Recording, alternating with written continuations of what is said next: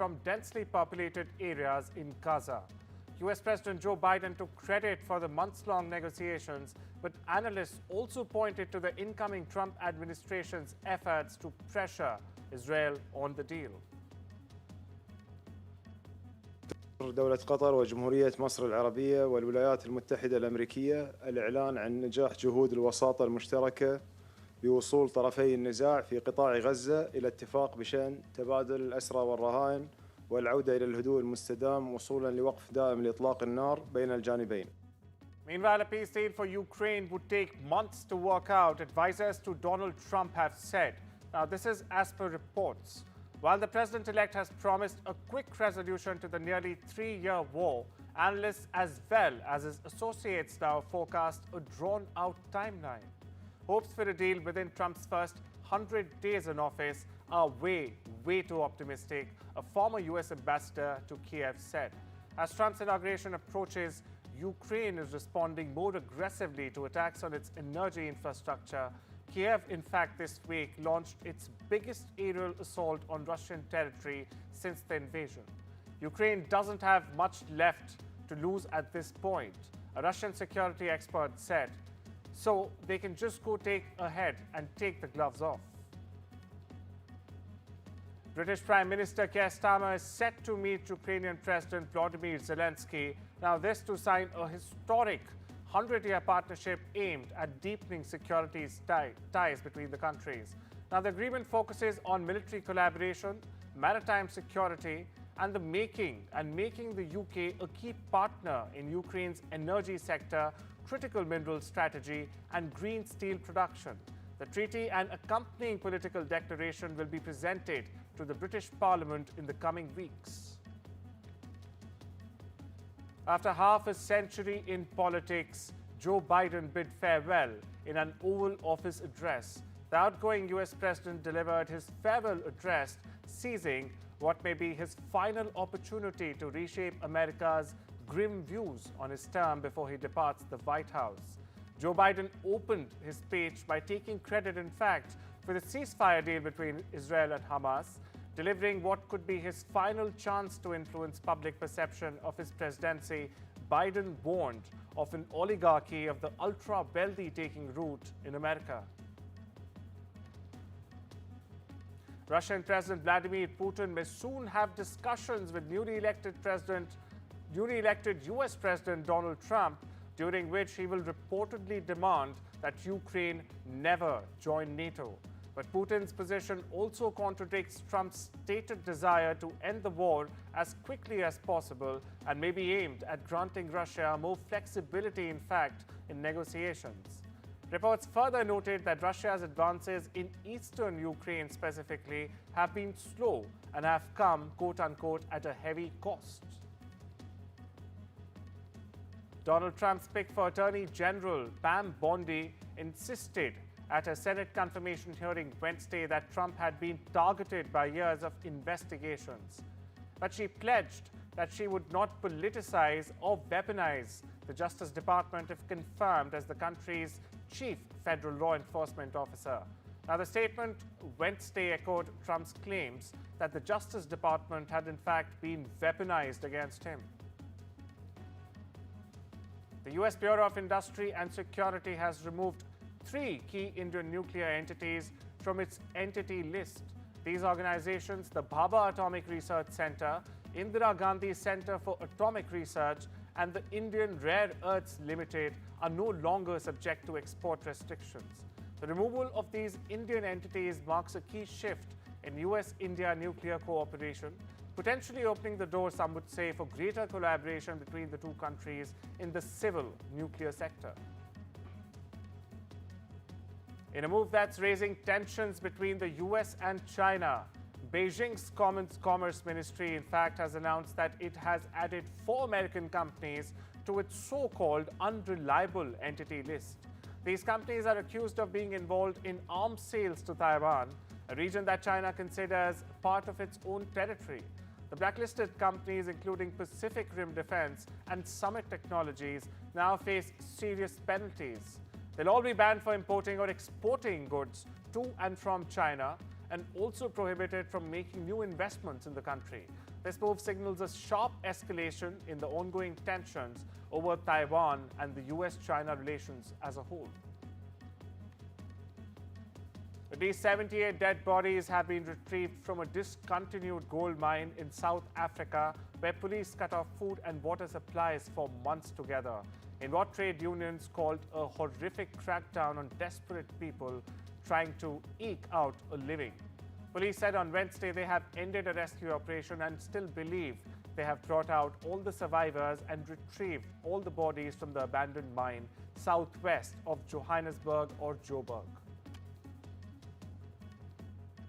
Turkish Airlines will now resume its flight to Damascus in Syria next week after a halt of more than a decade.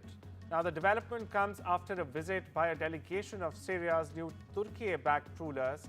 The announcement followed a visit earlier in the day by Syria's new foreign minister, Assad al-Shibani, who in fact held talks with Turkey's President Recep Tayyip Erdogan and other top officials in the Turkish capital, Ankara. Al-Shibani is a part of Syria's new de facto authorities under Hayat Tahrir al-Sham, or the HTS. It's an Islamist group behind the lightning insurgency that ousted ex-President Bashar Assad in December and ended his family's decades-long rule. In the U.S., Louisiana authorities have begun clearing homeless encampments in New Orleans on Wednesdays, relocating many warehouse facilities ahead of the Super Bowl hosted by the city next month. Governor Jeff Landry framed the sweep as part of a move to secure New Orleans, especially in the aftermath of a New Year's Day Islamic State group-inspired attack which killed 14 people. Blazing Los Angeles wildfires have forced thousands of students to relocate to other schools. Students from 2 elementary schools that burned down in the Palisades fires arrived Wednesday for their first day of class at 2 other LA campuses, where their classes are being held temporarily. The education disruptions come as the city grieves at least 25 deaths, thousands of destroyed homes, and 163 square kilometers of scorched land.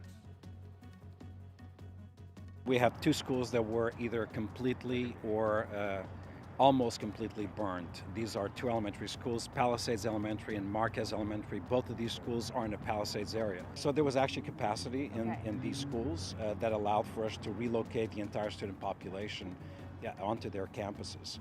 You know, it's going to take probably 2 to 2.5 years for us to rebuild those schools. During that period of time, these are the closest schools to the schools they used to attend, close to the community neighborhoods of the parents. It's the best possible accommodation for us. Alphabet CEO Sundar Pichai, Apple's Tim Cook, and other top tech leaders will attend President-elect Donald Trump's inauguration on Monday. Now, tech CEOs Elon Musk, Jeff Bezos, and Mark Zuckerberg will also be attending the inauguration ceremony. TikTok CEO Xiaozi Chu has reportedly been invited to sit in a position of honor on the dais, in fact, as a location typically reserved for former president, family members, and other important guests. Jordanians took to the streets Wednesday to celebrate the announcement of a ceasefire between Hamas and Israel in Gaza. Hundreds of men and women carried Palestinian flags and photos of Hamas leaders chanted in support of Palestinians. Many described the ceasefire deal as a victory, in fact, for the Palestinian resistance group in the Gaza Strip. The rallies took place in several Jordanian cities and in the Palestinian refugee camps. اليوم لنشاركهم الفرحة.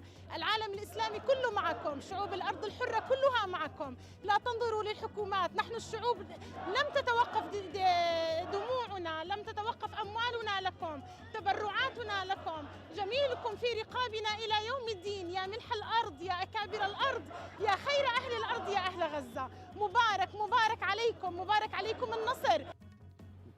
Millions of Southern Californians were on the edge as winds began picking up during the final round of the dangerous fire weather forecast for the region, where 2 massive blazes have killed at least 25 and destroyed thousands of homes already. One day after firefighters got a reprieve with lighter winds than expected, gusts on Wednesday were hitting up to 35 miles per hour on the coast and valleys and 55 miles per hour in the mountains before dawn. Eaton Fire's incident meteorologist James White said the weather observed so far has been good, and it's definitely good news. Take a look. I'll go ahead and give you a quick update on the fire. Up around the north side of the fire, everything continued to look really well. All the way up around Mount Wilson, the crews are continuing to go direct as possible, improve our containment lines, mop up. We're using the helicopters today for any hot spots interior. We have infrared flights several times a day that we're continuing to utilize to put out any heat that comes up inside the fire perimeter.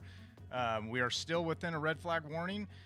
We are confident that this fire will stay within the current footprint that it is in. Officials at Hawaii Volcanoes National Park are bracing for crowds eager to get a glimpse of the lava fontaining from an eruption. Now, the eruption that began on the 23rd of December in a crater at the summit of Kilwa volcano has paused periodically. It resumed Wednesday morning as a small and sluggish flow and then increased into a fountain that appeared to be 60 meters high. The Hawaiian Volcano Observatory has said it's possible fountain heights will increase as much as rather more gas-rich lava erupts. Another major fire that began almost 3 weeks ago in the Huapi National Park, one of the country's most beautiful reserves, has already consumed more than 9,884 acres of land. The Huapi National Park, which covers about 710,000 hectares, is known for Huapi, a lake of the glacial origin, and the tourist city of San Carlos de Belroque. No nos dio tiempo a nada, no se sacó nada, no se sacó heladera, apenas un televisor. No pensamos que iba a ser tan arrasador el incendio, de dar tantas vueltas, un viento muy cambiante que hizo que de repente no haya ni una motobomba ni nada que pueda defender nuestras casas. ¿Qué va a hacer? It's time we step into a short break. I'll see you on the other side.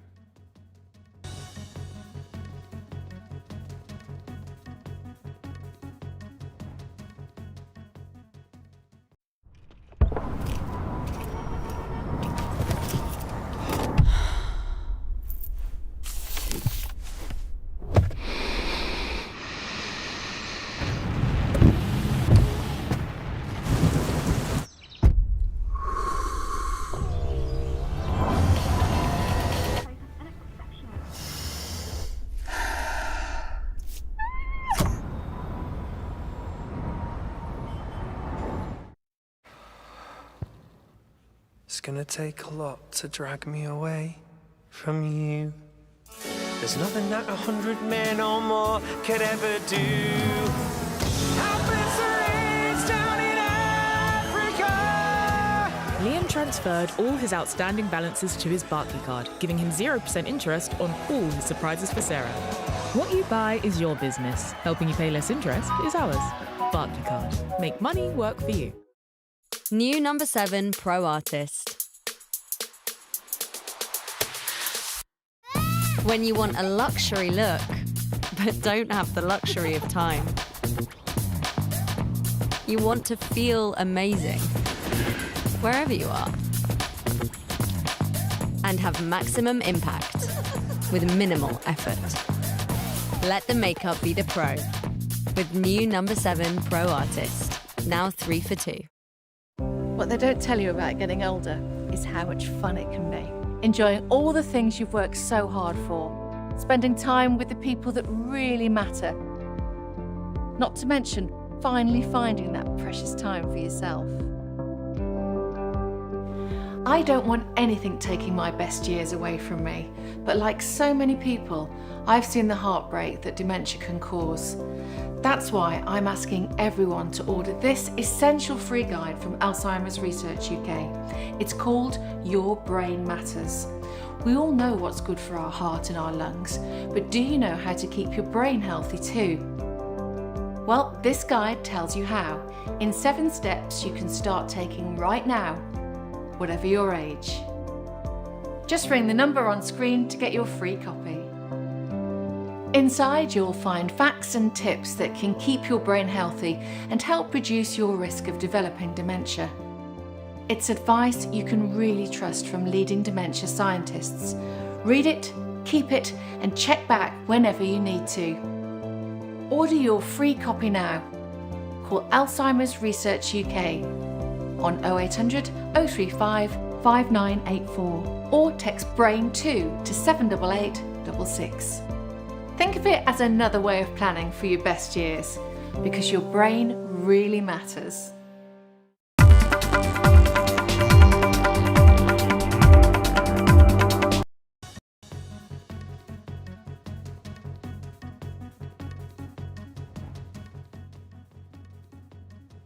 Welcome back. You're watching the World Report on NDTV. Scott Bessent, President-elect Trump's pick for Treasury Secretary, has pledged to ensure the dollar remains the world's reserve currency. In prepared Senate testimony, Bessent emphasized the need for productive investments to usher in a new economic golden age while criticizing wasteful spending. He also called for making Trump's 2017 tax cuts permanent and strengthening critical supply chains. JP Morgan Chase on Wednesday posted record annual profit as its deal makers and traders reaped a windfall from rebounding markets in the fourth quarter. The bank also forecast net interest income, or the difference between what it earns on loans and pays out on deposits, for 2025 above analysts' expectations. Now, this despite issuing repeated warnings that it may not sustain the level of growth. JP Morgan's strong results bode well for the banking sector, which is seeing a revival in deal-making and fundraising activities as the US Fed cuts interest rates to bolster the economy. Goldman Sachs, meanwhile, also posted a rise in the fourth quarter profit, benefiting from robust performance in its investment banking and trading units. A Toyota subsidiary, Hino Motors, has agreed to plead guilty and pay over $1.6 billion in fines to settle an emissions fraud case. The U.S. Justice Department, along with the FBI and the Environmental Protection Agency, announced the resolution of criminal and civil violations tied to falsified emissions data. This settlement reflects America's ongoing crackdown on corporate environmental misconduct. TikTok is reportedly preparing to shut down its US operations on Sunday, impacting 170 million American users, as a federal ban is set to take effect unless the Supreme Court, of course, intervenes. Meanwhile, reports suggest President-elect Donald Trump may issue an executive order to delay the ban for up to 90 days. The app's Chinese parent company ByteDance is required by US law to divest TikTok to prevent the ban, which also prohibits US companies from supporting the app. The US Department of Transportation has sued Southwest Airlines over chronically delayed flights, accusing the carrier of operating unrealistic schedules that disrupted passengers' travels. The lawsuit seeks maximum civil penalties and highlighted delays on key routes in 2022. That's 3 years ago. Transportation Secretary Pete Buttigieg said this sends a clear message about enforcing passenger protections. Frontier Airlines was also fined $650,000 for similar issues. According to Canalys data, Apple has dropped to third place in China's smartphone market for 2024, overtaken by Huawei and Vivo. iPhone sales fell 17% for the year, including a 25% plunge in only the fourth quarter, marking Apple's biggest ever decline, in fact, in China. Analysts cite stiff competition, lack of AI features, and rising demand for local brands as reasons for Apple's diminishing market share in one of its key global markets. With an impending ban of TikTok looming, many users of the popular video sharing app are in fact heading to alternative platforms, including RedNote. So-called TikTok refugees are now flocking to that platform, largely due to its looking so similar to the ByteDance-owned app. RedNote has become the top downloaded app in the US this month and has in fact quickly carved out a niche by combining e-commerce built around short video posts. In other words, it's very much like TikTok, albeit with a different name. However, appearance isn't the only thing Red Note has in common with TikTok. Both are in fact owned by Chinese-based firms. This deal was developed and negotiated under my administration, but its terms will be implemented, for the most part, by the next administration. In these past few days, we've been speaking as one team. This has been a time of real turmoil in the Middle East. But as I prepare to leave office, our friends are strong, our enemies are weak, and there's genuine opportunities for a new future. India's automakers plan to launch nearly a dozen new electric vehicles models in 2025, despite slowing global demand. The country's EV market leader, Tata Motors and JSW MG Motor, along with global giants like Hyundai, VinFast and Build Your Dreams or BYD, will showcase innovations at this year's New Delhi Auto Show. EV sales in India grew 20% in 2024, outpacing overall car sales in fact, but high prices and limited charging infrastructure remain the biggest barriers. The government aims to boost EV adoption to 30% by 2030. Meta may need to quote-unquote roll back or pause some features in India due to an antitrust directive that bans WhatsApp from sharing user data with Meta for advertising purposes.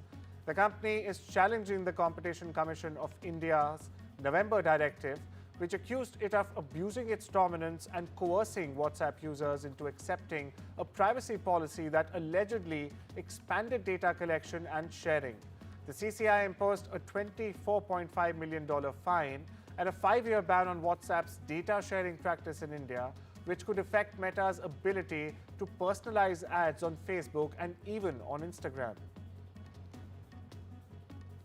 Microsoft has launched Copilot Chat, a pay-as-you-go AI service that helps businesses automate tasks like market research and strategy planning using GPT-4. While basic features are free, advanced options like transcribing team calls and creating PowerPoint slides require a $30 monthly subscription. Microsoft is betting on this service to drive AI adoption as it ramps up investment in its infrastructure, projected to cost $80 billion this fiscal year.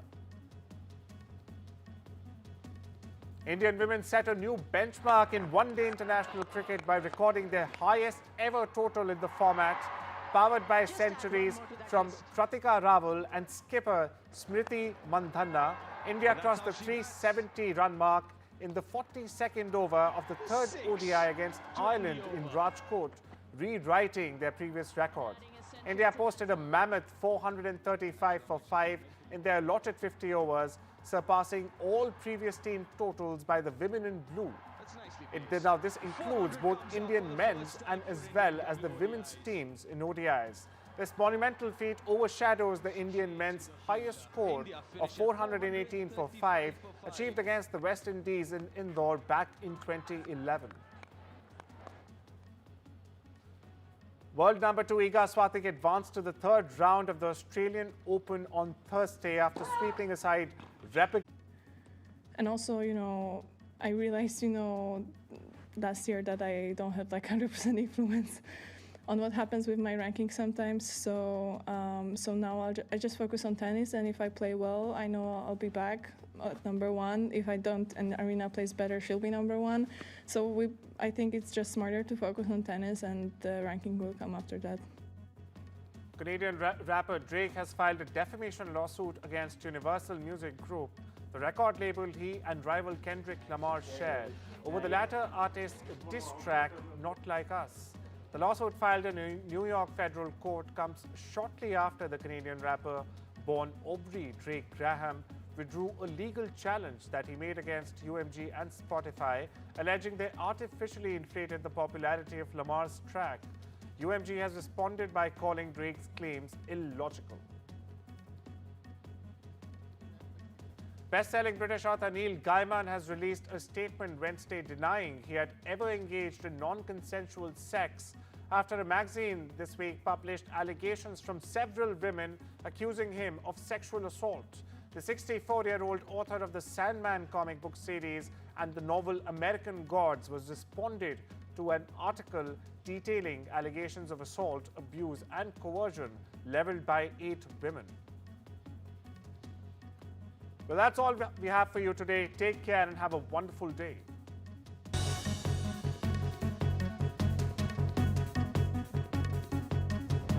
Now we move on to the next category, which is the Youth Icon of the Year. And for this, मैं एक बार फिर से request करूँगी आशा पारेख जी का stage पर आने के लिए, और साथ ही इनवाइट करेंगे मयंक अग्रवाल जी को, CEO Gallant Group of Industries, to join us on stage for this next category of awards.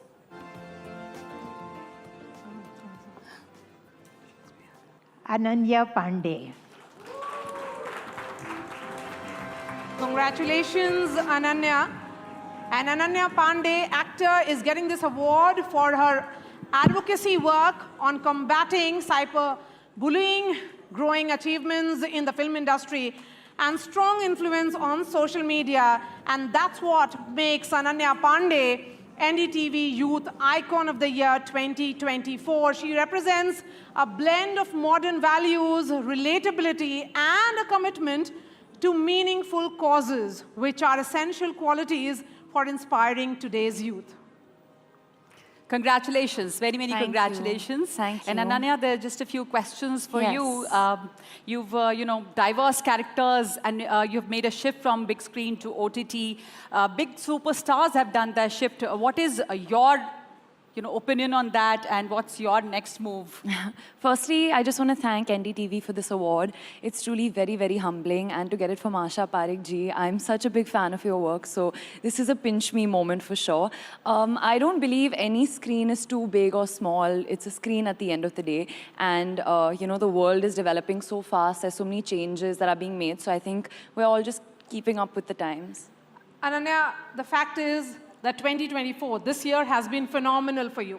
One success after another.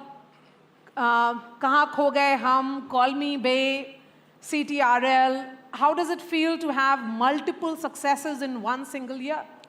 It's really a dream come true. I really think this year for me, more than ever, I felt very connected to my fans with Kho Gaye Hum Kahan and Call Me Bae and Control. I've done movies in the past, but this is the first time that I felt true love from the audience. And, all these films and shows have been conversation starters. People have not just come up to me and said that they like my work, but how my work has kind of made them feel seen or represented on screen. And for an actor, I think that's a huge victory for me. So Asha ji is here on stage, and sometimes back मैंने आपसे ये पूछा था कि आज के दौर में स्टारडम कैसे हैंडल करना है, तो अनन्या आपके साथ हैं जो स्टारडम को एक अलग तरीके से हैंडल कर रही हैं. कुछ एडवाइस अनन्या के लिए, या अनन्या आपको आशा जी से कुछ पूछना है? जी, आप प्लीज़ बताइए, आप मुझे एडवाइस दीजिए प्लीज़. क्या बताऊं? कुछ भी, आप कुछ भी बताइए, मैं ले लूँगी. Sincerity, hard work takes you in a long way. That's what I. From interesting tech startups to industry-leading companies, politics, sports, culture, curry, cricket. Oh, there's so much to talk about. Like me, if you too thrive on interesting conversations, this is a show you cannot miss. Watch this space to know more about all matters and all people that make Britain what it is today. Out of Britain, with me, Radhika Iyer.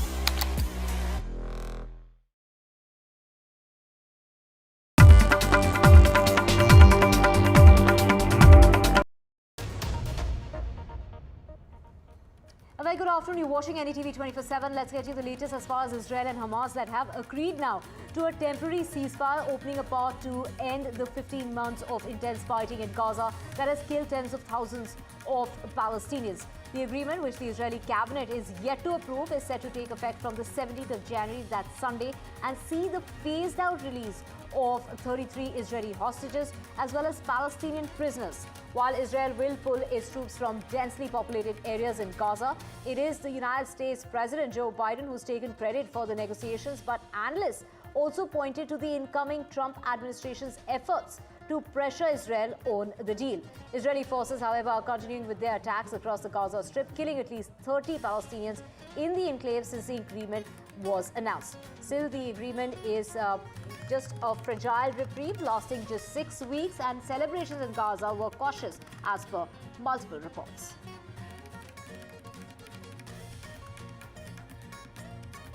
والولايات المتحدة الأمريكية الإعلان عن نجاح جهود الوساطة المشتركة بوصول طرفي النزاع في قطاع غزة إلى اتفاق بشأن تبادل الأسرى والرهائن والعودة إلى الهدوء المستدام وصولا لوقف دائم لإطلاق النار بين الجانبين.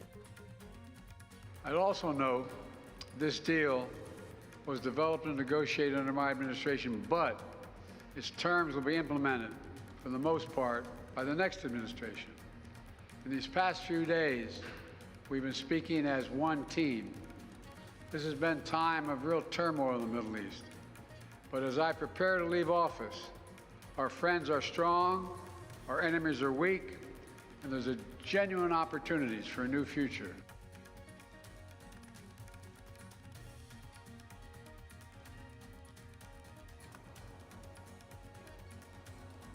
And let's get you the very latest, and this is in regard to that peace deal for Ukraine that could take months, in fact, to work out. Advisors to Donald Trump have said, as per reports, while the president-elect has promised a quick resolution to the nearly 3-year war, analysts as well as his associates now forecast a drawn-out timeline.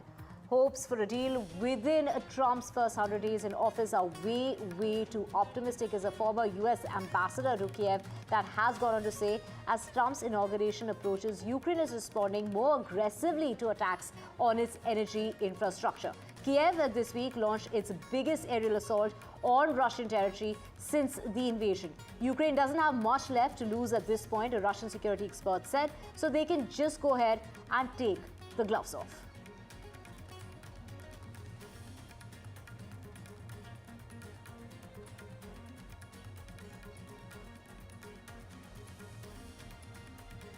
After half a century in politics, Joe Biden bid farewell in an Oval Office address.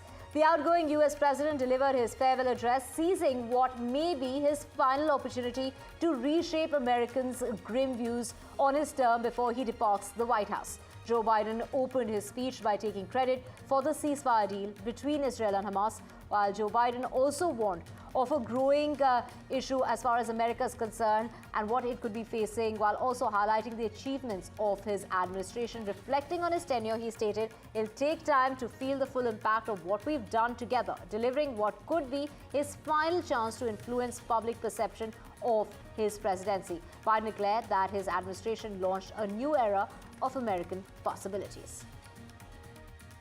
Millions of Americans now have the dignity of work.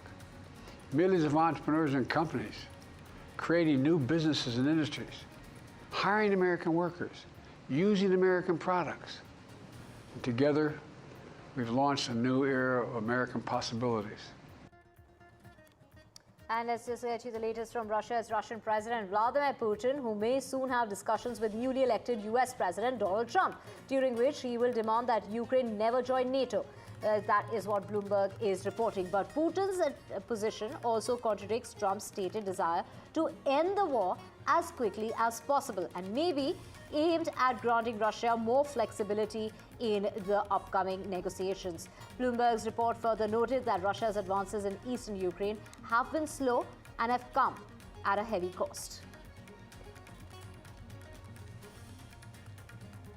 Let's get you the latest as far as JP Morgan Chase on Wednesday posted record annual profit as its deal makers and traders reaped a windfall from rebounding markets in the fourth quarter. The bank also forecasts net interest income, or the difference between what it earns on loans and pays out on deposits, for 2025 above analysts' expectations, despite issuing repeated warnings that it may not sustain the level of growth. JP Morgan's strong result bode well for the banking sector, which is seeing a revival in deal-making and fund-raising activities as the United States Federal Reserve cuts interest rates to bolster the economy. Goldman Sachs also posted a rise in the fourth quarter profit, benefiting from robust performance in its investment banking and trading units. A Toyota subsidiary, Hino Motors, has agreed to plead guilty and pay over $1.6 billion in fines to settle an emissions fraud case. The U.S. Justice Department, along with the FBI and Environmental Protection Agency, announced a resolution of criminal and civil violations tied to falsified emissions data. This settlement reflects America's ongoing crackdown on corporate environmental misconduct. Now, according to data, Apple has dropped to the third place in China's smartphone market for 2024. Overtaken by Huawei and Vivo, iPhone sales fell 17% for the year 2024, including a 25% plunge in the fourth quarter, marking Apple's biggest ever decline in China. Analysts cite stiff competition, lack of AI features, and this is also the rising demand for local brands. Those are perhaps the reasons for Apple's diminishing market share in one of its key global markets. India's automakers plan to launch nearly a dozen new electric vehicle models in 2025, despite showing global demand. The country's EV market leaders, Tata Motors and JSW-MG Motor, along with global giants like Hyundai and VinFast and BYD, will showcase innovations at this year's New Delhi Auto Show. EV sales in India grew 20% last year in 2024, outpacing overall car sales. But high prices and limited charging infrastructure still remain a barrier. The government aims to boost EV adoption by almost 30%, but that will take another 5 years, almost by 2030. Meta may need to roll back or pause some features in India due to an antitrust directive that bans WhatsApp from sharing user data with Meta for advertising purposes. Meta is challenging the Competition Commission of India, the CCI, the November directive from them, which accused it of abusing its dominance and coercing WhatsApp users into accepting a privacy policy that allegedly expanded data collection as well as sharing. CCI imposed a 24.5 million, we're talking about US dollars, fine, and a 5-year ban on WhatsApp's data sharing practice in India, which could affect Meta's ability to personalize ads on Facebook as well as Instagram. Microsoft has launched a Copilot Chat, a pay-as-you-go AI service that helps businesses automate tasks like market research and strategy planning using GPT-4. While basic features are free, advanced options like transcribing team calls and creating PowerPoint slides, that requires a fee. This is a subscription of almost $30 a month. Microsoft is betting on this service to drive AI adoption as it ramps up investments in AI infrastructure, a project that is going to be costing. This is the project that will cost $80 billion this fiscal year itself.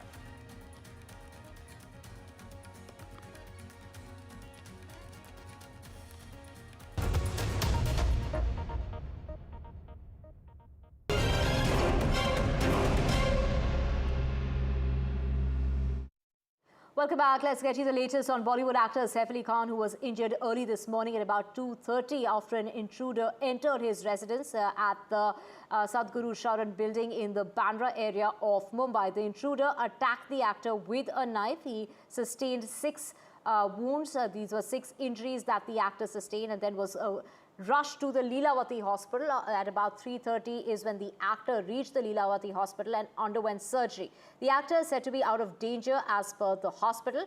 His spinal fluid was leaked out after shards of the attacker's knife lodged into his spine during that fight that the actor put up against the intruder at his residence. The doctor at Leelavati Hospital said that they repaired the spinal injury and also performed plastic surgeries on his hand, his neck. Those are the areas where the actor got stabbed. Adding that the 54-year-old actor is completely out of danger at the moment and is recovering well. As per the team, well, from what we are hearing is it was the son of the actor, the eldest son, Ibrahim, who accompanied his father in an auto rickshaw. Visuals on your screen right after that scuffle that broke out in which the actor was injured multiple times by the intruder. Well, he was then rushed to the Leelavati hospital, which is about 2 kilometers away from the residence of the actor. You can see Kareena Kapoor Khan talking to her staff right outside the residence. And that auto rickshaw that you see is the auto rickshaw that drove Saif Ali Khan and his son Ibrahim. He was accompanied by his eldest son. They rushed to the Lilavati hospital just 2 kilometers away, and they reached at about 3:30 in the morning after that scuffle in which Saif Ali Khan was injured. There were 2 injuries which were deeper than the others, including one that was very close to his spinal cord. He was also injured around his neck area, and those are the injury marks. Those are the injuries that were deeper than the other injury marks that the actor sustained. Of course, the family has come out and released a statement saying that the actor's recovering well, and that they're thanking the well-wishers for keeping